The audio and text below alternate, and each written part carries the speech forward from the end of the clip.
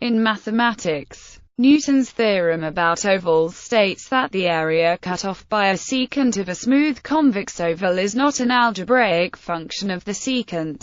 Isaac Newton stated it as lemma 28 of section 5 book 1 of Newton's Principia, and used it to show that the position of a planet moving in an orbit is not an algebraic function of time. There has been some controversy about whether or not this theorem is correct because Newton did not state exactly what he meant by an oval, and for some interpretations of the word oval the theorem is correct, while for others it is false. If oval means continuous convex curve, then there are counterexamples, such as triangles or one of the lobes of Huygens' lemma scate y2 equals x2 minus x4, while Arnold pointed that if oval means infinitely differentiable convex curve, then Newton's claim is correct and his argument has the essential steps of a rigorous proof. Vassiliev generalized Newton's theorem to higher dimensions. Statement. An English translation. Newton's original statement is,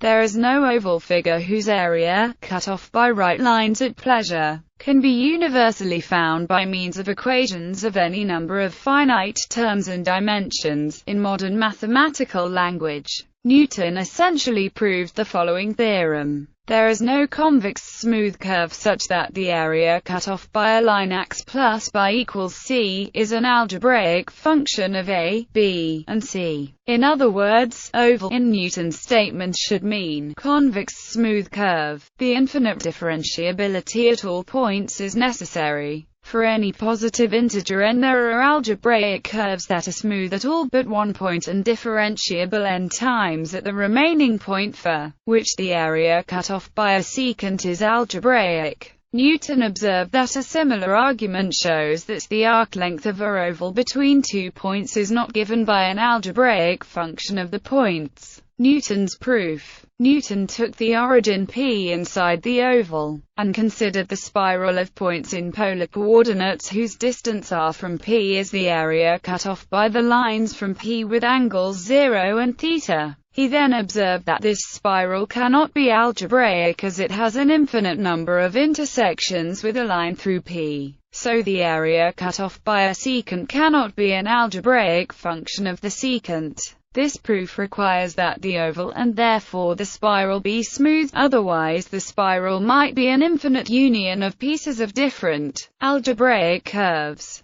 This is what happens in the various counterexamples to Newton's theorem for non-smooth ovals.